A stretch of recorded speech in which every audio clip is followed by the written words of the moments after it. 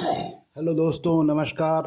मैं आपका दोस्त कवि शरद अजमेरा वकील आज आपके लिए लेकर आया हूँ एक बहुत ही ज़बरदस्त कहानी। यह कहानी जिसकी है उसी के मुंह से अब आप सुनिए। उसके बिहाफ में मैं सुनाऊंगा।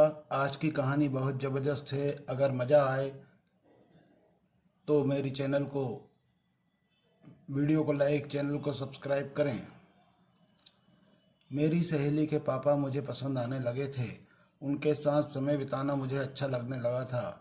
एक दिन मैं कार में उनके साथ जा रही थी। उन्होंने मौका पाकर जो जो किया सब कुछ बताने जा रही हूँ, पूरे विस्तार से। यह कुछ समय पहले की बात है, जब मेरी एक सहेली की शादी थी। मेरी सहेली ने अपनी शादी में मुझे पहले ही बुला लिया था। जब मैं उसके पापा से मिली तो मैंने उन्हें पहली बार देखा था।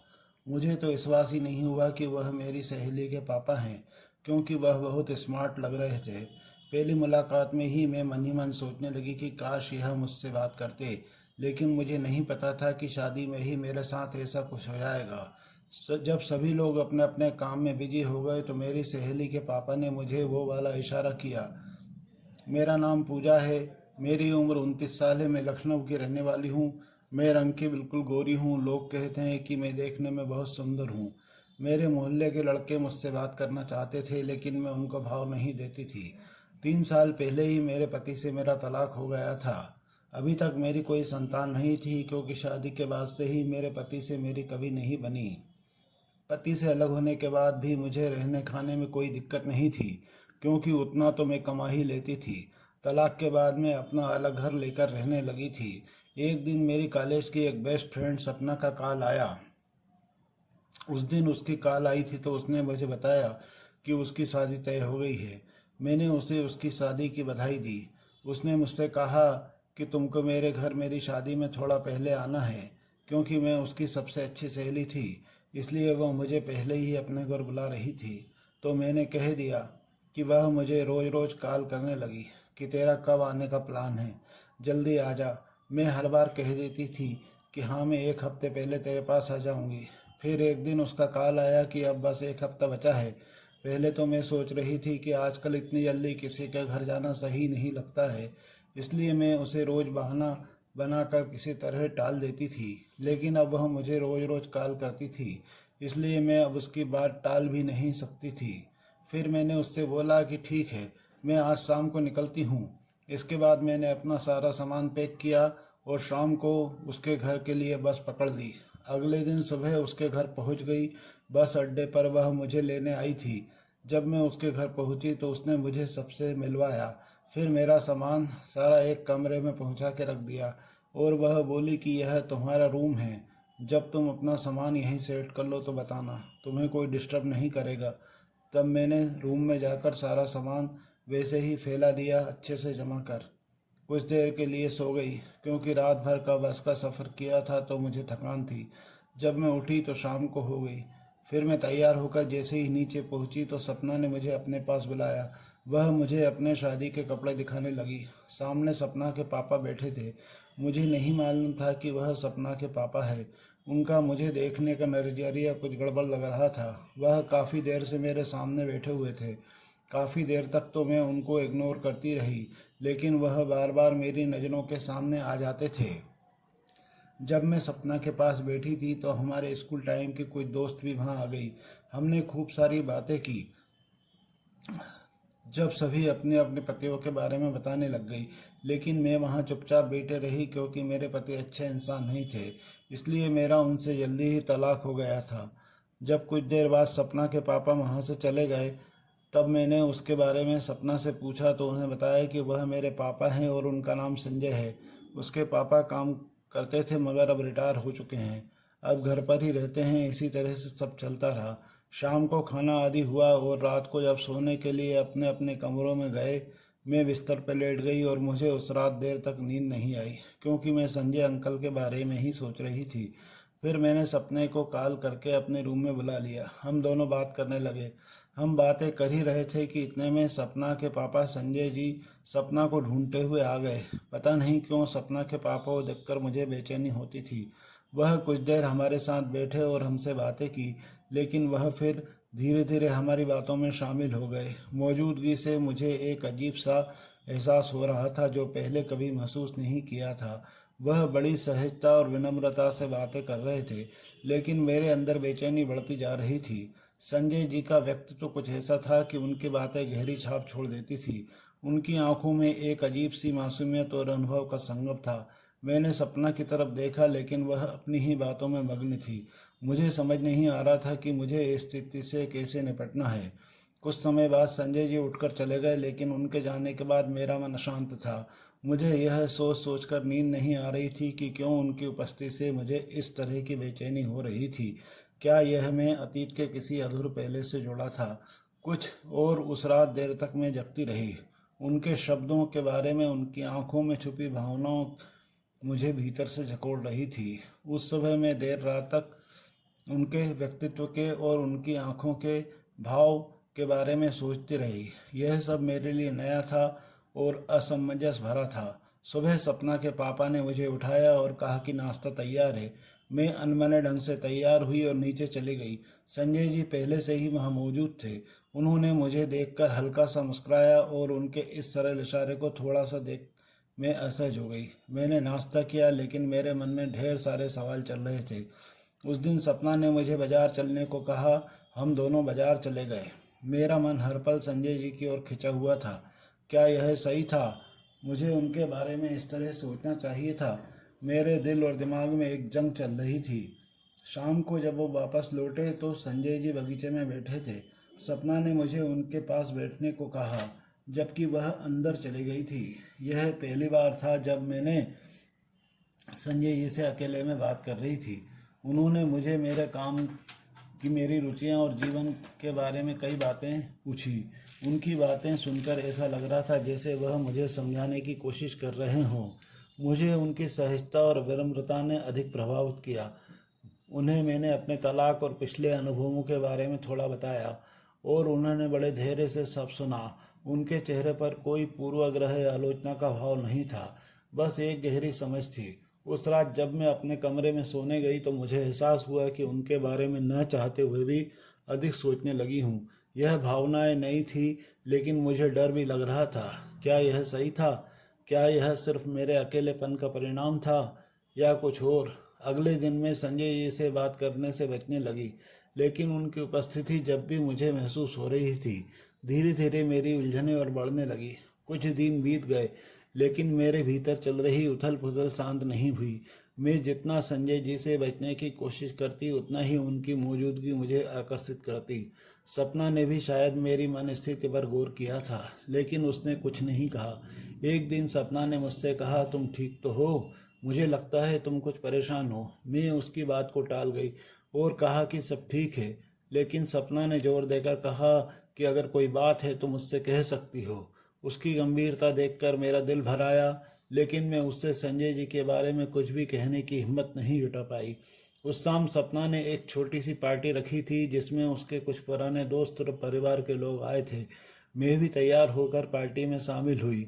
पार्टी के दौरान मैंने महसूस किया कि संजय जी मुझ पर बार बार नज़र डाल रहे थे। उनकी आंखों में कुछ ऐसा था जो मुझे झकझोर रहा था। जब सभी लोग व्यस्त थे तो मैं थोड़ा अकेले में बाहर बगीचे में चली आई। वहाँ ठंडी हवा चल रही थी। मैंने सोचा कि शायद अकेले रहने से मेरे मन की उलझन थोड़ी शांत हो जाएगी। तभी अचानक संजय जी वहाँ पर आ गए और उन्होंने कहा कि तुम कुछ परेशान लग रही हो, अगर चाहो तो मुझसे बात कर सकती हो। उनकी आवाज़ में वही सुकून देने वाली गंभीरता थी। मैं पहले तो चुप रही, लेकिन फिर अपने दिल का बोझ हल्का करने का मन हुआ। मैंने उन्हें अपने अकेलेपन और अपने तलाक और उस खालीपन के बारे में बताया जो मुझे हर वक्त घेरे रहता था। संजय जी ने बड़े धैर्य से मेरी बातें सुनी और कहा, जीवन में कुछ रिश्ते हमें तोड़ते हैं और कुछ रिश्ते हम तोड़ देते हैं। सही वक्त और सही इंसान का हमें इंतजार करना चाहिए। उनके शब्दों ने मेरे दिल को छू लिया। उस पल मुझे महसूस हुआ कि मैं शायद उनके साथ एक अजीब सा जुड़ाव महसूस करने लगी थी। उनकी बातों में एक गहरी समझ थी जो मुझे सुकून देती थी। उस रात मैं बहुत देर तक जागती रही, लेकिन अब मेरी बेचैनी मेरी अजीब से सुकून भी शामिल था। मुझे समझ नहीं आ रहा था कि यह सही है या गलत, लेकिन इतना जरूर जानती थी कि मेरा दिल अब संजय जी की ओर खिंचने लगा था। आगे के दिनों में मैं हर छोटी बड़ी बात पर संजय जी के बारे में सोचने लगी। मैंने खुद से पूछा कि यह सिर्फ एक आकर्षण है या मैं सच में उनके लिए कुछ महसूस करने लगी हूँ। मुझे यह समझने की जरूरत थी कि मेरा मन क्या चाहता है और यह सब कहाँ तक जाएगा। संजय जी के प्रति मेरी भावनाएं दिन ब दिन गहरी होती जा रही थी और यह बात मुझे उलझन में डाल रही थी। मैं समझ नहीं पा रही थी कि भावनाओं को कैसे संभालूं। क्या यह सही है? मुझे कुछ उनके बारे में इस तरह से सोचना चाहिए। वह सपना के पिता थे और इस रिश्ते को मैं किसी और रूप में देखने की हिम्मत नहीं जुटा पा रही थी। एक दिन सपना ने मुझसे कहा कि पापा तुम्हारे बारे में बहुत बातें करते हैं, कहते हैं कि तुम बहुत समझदार हो और संवेदनशील हो। और मैं यह सुनकर एक पल के लिए सन्न रह गई। मैंने खुद को सहज दिखाने की कोशिश की और कहा, ऐसा कुछ नहीं है, वह तो बड़े हैं, बस इसलिए शायद ऐसा कहते होंगे। लेकिन सपना की बातों ने मेरे मन में और हलचल बढ़ा दी थी। कुछ दिन बाद सपना ने अचानक घोषणा की कि उसे काम के सिलसिले में कुछ दिनों के लिए बाहर जाना होगा। उसने कहा, तुम यही रहो, पापा अकेले होंगे, तुम्हें भी थोड़ा बदलाव मिलेगा। मैं हड़बड़ा गई, लेकिन सपना ने हंसते हुए कहा कि परेशान मत हो, पापा बहुत अच्छे से तुम्हारा ख्याल रखेंगे। सपना के जाने के बाद घर में मैं सिर्फ और संजय जी रह गए। शुरुआत में मैंने उनसे दूर रहने की कोशिश की, लेकिन वह हमेशा बड़े सहज और विनम्र रहते थे। एक शाम जब बारिश हो रही थी तो मैं बाहर बालकनी में बैठी थी। संजय जी भी वहीं आ गए और उन्होंने कहा, तुम्हारे चेहरे पर हमेशा कुछ छुपा हुआ सा दर्द दिखता है। क्या तुम्हें लगता है कि जिंदगी से खुशियां खत्म हो गई है? उनकी इस बात ने मेरी छुपी भावनाओं को बाहर ला दिया। मैंने उनसे कहा कि कभी कभी ऐसा लगता है कि मेरा जीवन सिर्फ एक खालीपन है। मैंने बहुत कोशिश की, लेकिन मैं उस खालीपन को भर नहीं पाई। संजय जी ने मेरी ओर देखा और कहा, खालीपन हमेशा गलत चीज़ों के जाने और सही चीज़ों के आने की जगह बनाता है। हो सकता है तुम्हारी ज़िंदगी में कुछ अच्छा आने वाला हो, बस खुद को उस बदलाव के लिए तैयार करो। उनकी यह बात मुझे अंदर तक छू गई। मैंने पहले महसूस किया कि संजय जी के साथ मेरी बातचीत मुझे राहत देती है। यह एक ऐसा सुकून था जो मैंने लंबे समय से महसूस नहीं किया था। उस रात में देर तक जागती रही और सोचा कि क्या मैं उनसे बात करके अपने दिल की बात कह सकती हूँ? क्या यह सही होगा?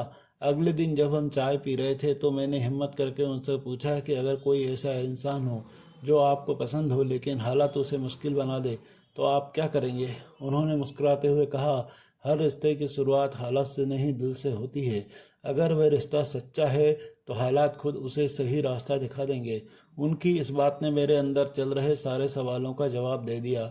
मैंने महसूस किया कि मैं उनके प्रति जो महसूस कर रही थी वह सिर्फ एक आकर्षण नहीं था, वह मेरे जीवन में वह खालीपन भर रहे थे जो लंबे समय से मुझे खा रहा था। अब सवाल यह था कि मुझे अपने दिल की बात कहनी चाहिए या नहीं। इन भावनाओं को अपने भीतर दबाकर चुपचाप उनकी दोस्ती को सम्मान देना चाहिए। मेरा मन और दिल दोनों उलझन में थे, लेकिन इतना तय था कि संजय जी के प्रति मेरी भावनाएं मेरे जीवन का एक अहम हिस्सा बन चुकी थी। आगे जो भी होगा वह समय और परिस्थितियां तय करेगी, लेकिन उस दिन मुझे पहली बार एहसास हुआ कि मेरे जीवन में खुशियां वापस आने की उम्मीद फिर से जाग गई थी। कुछ और दिन बद गए, घर में संजय जी और मेरी बातचीत सहज हो गई थी, लेकिन मेरे दिल में उनकी मौजूदगी की अब और गहरी छाप छूट रही थी।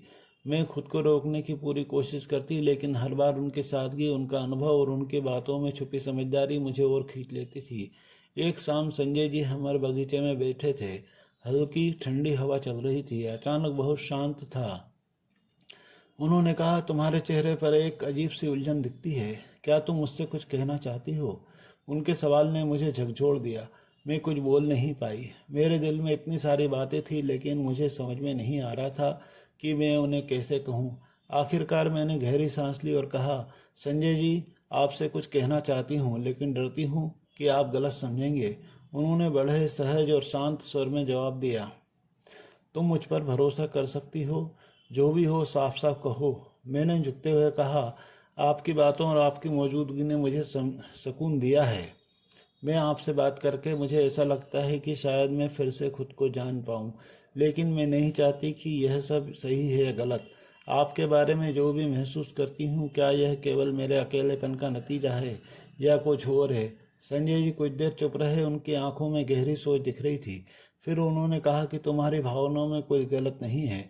जीवन में ऐसा होता है कि जब कोई हमारी भावनाओं को समझता है, हमें सच्चा सुकून देता है, तो हम उसके प्रति खिंचाव महसूस करने लगते हैं। मैंने घबराकर पूछते हुए कहा, लेकिन आप क्या सोचते हैं, क्या यह सब ठीक है? उन्होंने गहरी सांस ली और कहा, हम दोनों की परिस्थितियां अलग है। तुमने अपने जीवन में बहुत कुछ झेला है और तुम्हें फिर से खुश रहने का अधिकार है, लेकिन मुझे यह तय करने में थोड़ा सा समय चाहिए कि क्या मैं तुम्हें वह दे सकता हूँ जो तुम चाहती हो, क्योंकि यह रिश्ता सिर्फ भावनाओं का नहीं, जिम्मेदारी का भी है। उनकी बातों से मुझे राहत मिली और थोड़ा डर भी। मुझे समझ में आ रहा था कि वह मेरी भावनाओं को समझते हैं, लेकिन सपना का नाम हमारे बीच एक अदृश्य दीवार की तरह खड़ा था। मैं नहीं चाहती थी कि सपना के साथ मेरा रिश्ता खराब हो। अगले कुछ दिन हम दोनों ने सहजता बनाए रखी, लेकिन हमारे बीच की यह अनकही बातें दोनों को प्रभावित कर रही थी। मैं उनसे बात करना चाहती थी, लेकिन हर बार सोचती थी कि कहीं सपना को चोट ना पहुंचे। कुछ दिनों बाद सपना वापस आ गई। वह हमेशा की तरह खुश और उत्साहित थी, लेकिन उसने मुझसे एक दिन पूछा, तुम और पापा ज़्यादा वक्त साथ बिताने लगे हो, सब ठीक तो है ना? मेरा दिल जोर से धड़कने लगा। मैंने हड़बड़ाकर कहा, हाँ सब ठीक है। वह तो बस बड़े हैं और उनकी बातें मुझे समझने में मदद करती है। सपना ने थोड़ी देर मुझे घूरा और फिर हंसते हुए कहा, पापा ऐसे ही हैं, वह हर किसी को समझने की कोशिश करते हैं। उसकी बात सुनकर मुझे राहत मिली, लेकिन मेरे मन में एक डर बैठ गया कि अगर उसे मेरी भावना को पता चला तो फिर क्या होगा। संजय जी और मैं अब भी एक दूसरे के प्रति आकर्षित थे, लेकिन हमने इस बात पर सहमति बनाई कि हमें समय देना होगा। मैंने उनसे कहा कि मुझे नहीं पता आगे क्या होगा, लेकिन मैं इतना जानती हूँ कि आपकी मौजूदगी मेरी ज़िंदगी का अहम हिस्सा बन चुकी है। संजय जी ने मुस्कुराते हुए कहा, अगर हमारी भावनाएं सच्ची है तो समय खुद रास्ता दिखाएगा। फिलहाल हमें इसे यहीं छोड़ देना चाहिए और हालत को बिगड़ने से बचना चाहिए। यह सुनकर मुझे थोड़ा सुकून मिला, लेकिन मेरे मन में अभी भी उम्मीद थी कि शायद एक दिन सब कुछ ठीक हो जाएगा। मैंने तय किया कि मैं अपने दिल की भावनाओं को समझने हेतु अपनी ज़िंदगी को आगे बढ़ाऊं और देखूंगी कि समय हमें कहाँ ले जाता है। संजय जी और मैंने अपनी भावों को काबू में रखते हुए एक दूसरे से दूरी बनाए रखने का फैसला किया। यह आसान नहीं था, क्योंकि उनके साथ बिताए हुए पल मेरी ज़िंदगी के सबसे सुकून भरे पलों में से एक थे। लेकिन सपना की मौजूदगी हमारे रिश्ते की जटिलता को ध्यान में रखते हुए सही लग रहा था। सपना ने कुछ दिनों बाद मुझसे फिर पूछा कि तुम बहुत खोई खोई लग रही हो, क्या यह सब ठीक है? उसकी बातों से मुझे डर भी लगा और राहत भी। मैंने हंसते हुए कहा, शायद थोड़ी थकान है। लेकिन उसने फिर कहा, तुम पापा के साथ बहुत समय बिताती हो, मुझे डर लगता है वह तुम्हें समझने लगे हैं। यह सुनकर मैं सन्न रह गई। सपना के चेहरे पर कोई गुस्सा या संदेह नहीं था, बल्कि वह अजीब सी समझदारी झलक रही थी। मुझे ऐसा एहसास हुआ कि वह शायद कुछ समझ रही थी, लेकिन उसने सीधे तौर पर कुछ नहीं कहा। एक दिन जब सपना किसी काम से बाहर गई हुई थी, तो मैं और संजय जी घर पर अकेले थे। उन्होंने मुझसे कहा कि सपना ने मुझसे अभी कुछ ही दिनों पहले पूछा था कि क्या तुम खुश हो। शायद वह कुछ महसूस कर रही है। हमें बहुत सावधानी से रहना होगा। मैंने कहा, मुझे डर है कि कहीं सपना को हमारे रिश्ते से ठेस न पहुंचे। अगर उसे लगा कि हमने उसके भरोसे को तोड़ा है तो वह कभी हमें माफ़ नहीं करेगी। संजय जी ने गंभीरता से कहा, तुम सही कह रही हो। मैं भी नहीं चाहता सपना को किसी तरह का दर्द पहुंचे, लेकिन हमें यह भी समझना होगा कि हमारे जीवन का भी महत्व है। हमें इस पर खुलकर बात करना होगी। लेकिन सही समय पर कुछ हफ्तों बाद सपना ने मुझे और संजय जी के साथ एक साथ बैठकर बात करते हुए देखा। उस दिन उसकी आंखों में सवाल थे। उसने सीधा मुझसे पूछा कि क्या तुम पापा के लिए कुछ महसूस करती हो?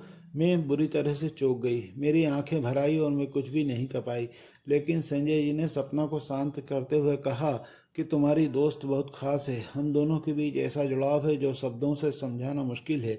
लेकिन मैं यह भी समझता हूँ कि यह स्थिति तुम्हारे लिए अजीब हो सकती है। सपना थोड़ी देर चुप रही, फिर उसने मुझसे कहा कि तुमने मुझसे यह बात क्यों छुपाई? क्या तुम्हें लगा कि मैं ऐसे नहीं समझूंगी? मैंने उसकी तरफ देखा और कहा कि मैं तुम्हें खोने से डरती थी। तुम्हारी दोस्ती मेरे लिए सबसे अहम है। मैं नहीं चाहती थी कि तुम मुझे गलत समझो।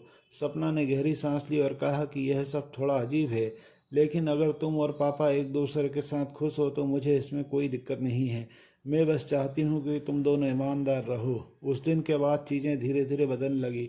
सपना ने हमारे रिश्ते को स्वीकार कर लिया, हालांकि उसे समय लगा। मैंने और संजय जी ने भी अपने रिश्ते को लेकर स्पष्टता और समझदारी से आगे बढ़ने का फैसला किया।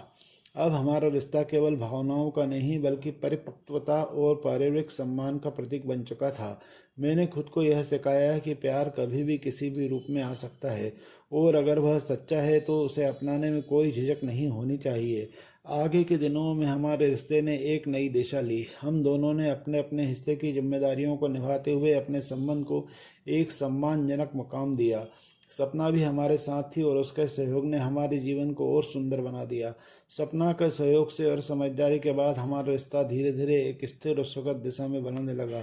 हालांकि शुरुआत में सपना को इस नए बदलाव के साथ साथ सामंजस्य बिठाने में वक्त लगा, लेकिन उसने हर कदम पर मेरा और संजय जी का साथ दिया। सपना की स्वीकृति के बाद सबसे बड़ी चुनौती थी परिवार और समाज को इस रिश्ते के बारे में बताना। मैंने और संजय जी ने तय किया कि हम इस रिश्ते को धीरे धीरे सार्वजनिक करेंगे। सबसे पहले मैंने अपने परिवार को बताया। मेरी माँ ने शुरू में थोड़ा आश्चर्य व्यक्त किया, लेकिन मेरी खुशी और संजय जी के प्रति मेरे गहरे सम्मान को देखकर उन्होंने इसे स्वीकार कर लिया।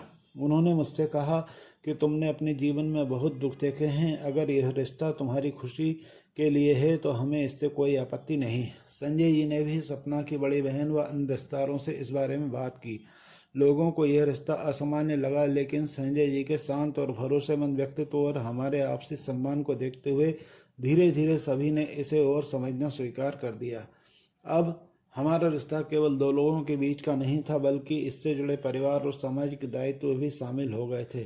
संजय जी ने साथ जीवन को एक नए रूप में जीने का अनुभव मेरे लिए अनमोल था। संजय जी ने मेरी भावनाओं को गहराई से समझा। उन्होंने मेरे अतीत के दर्द को अपने स्नेह और अनुभव से भरने का प्रयास किया। मैं भी उनके अकेलेपन का सहारा बनी। हम दोनों ने एक दूसरे की कमी और टूटे हुए हिस्सों को समझने में पूरा करने का प्रयास किया। सपना भी अब हमारे रिश्ते का अभिन्न हिस्सा बन चुकी थी। वह अक्सर हंसते हुए कहती थी कि पापा, अब तुमसे मेरी दोस्त ज़्यादा बात करती है। उसकी इस सहजता और मजाक ने हमारे रिश्ते को और मजबूत कर दिया। कुछ महीनों बाद हमने अपने रिश्ते को आधिकारिक रूप देने का फैसला किया। एक छोटी सी पारिवारिक सभा में, जहां केवल हमारे करीब लोग मौजूद थे, हमने अपनी शादी की घोषणा की। यह एक असाधारण लेकिन भावनात्मक समारोह था। सपना ने मुझे गले लगाते हुए कहा, जब तुम मेरी दोस्त हो, बस मैं चाहती हूँ कि तुम दोनों ईमानदार रहो। उस दिन के बाद चीज़ें धीरे धीरे बदलने लगी। सपना ने हमारे रिश्ते को स्वीकार कर लिया। हालांकि उस समय लगा कि मैंने संजय जी से भी अपने रिश्ते, अब सपना भी हमारे साथ थी। हमारे जीवन उसके सहयोग ने हमारे जीवन को और सुंदर बना दिया था। सपना के सहयोग और समझदारी के बाद हमारा रिश्ता धीरे धीरे एक स्थिर और सुखद दिशा में बढ़ने लगा। हालांकि शुरुआत में सपना को इस नए बदलाव के साथ सामंजस्य बिठाने में वक्त लगा, लेकिन उसने हर कदम पर मेरा और संजय जी का साथ दिया। सपना की स्वीकृति के बाद सबसे बड़ी चुनौती थी परिवार और समाज को इस रिश्ते के बारे में बताना। मैंने और संजय जी ने तय किया कि हम इस रिश्ते को धीरे धीरे सार्वजनिक करेंगे। सबसे पहले मैंने अपने परिवार को बताया। मेरी माँ ने थोड़ा आश्चर्य किया, लेकिन मेरी खुशी और संजय जी के प्रति मेरे गहरे सम्मान को देखकर सबने इसे स्वीकार कर लिया। उन्होंने मुझसे कहा कि तुमने अपने जीवन में बहुत दुख देखे हैं, अगर ये रिश्ता खुशी देता है तो बिल्कुल कर लो। भावनात्मक समारोह में हम दोनों ने विवाह कर लिया। मेरी माँ सपना बोली कि अब तुम मेरी माँ भी हो। इस नए रिश्ते से हमारे जीवन में खुशियाँ भर दी। संजय जी और मैंने मिलकर एक नया परिवार बनाया, जिसमें प्यार, समझ और सम्मान की नींव थी। इस रिश्ते ने मुझे सिखाया कि प्यार किसी उम्र में, परिस्थिति या समाज के बंधन में नहीं बंधा होता। यह एक सच्ची भावना है जो हमारे जीवन को अर्थ देती है। अब मैं जीवन के हर पल को पूरी तरह से जी रही हूँ, यह जानते हुए कि मुझे वह साथी मिला है जो न केवल मुझे समझता है बल्कि हर कदम पर मेरे साथ है। सपना, संजय जी और मेरे साथ अब अपना परिवार न केवल पूरा था बल्कि पहले से कहीं अधिक मजबूत और खुशहाल भी था। जीवन ने दूसरा मौका दिया, उसे मैंने पूरे दिल से अपनाया। तो दोस्तों, यह कहानी आपको कैसे लगी? कृपया कमेंट करके बता दें। आपके कमेंट से हमें ऊर्जा मिलती है और नया नया लेखन करने की प्रेरणा मिलती है। कृपया वीडियो को लाइक और चैनल को सब्सक्राइब कर दें और अपने दोस्तों में अधिक से अधिक शेयर करें। धन्यवाद।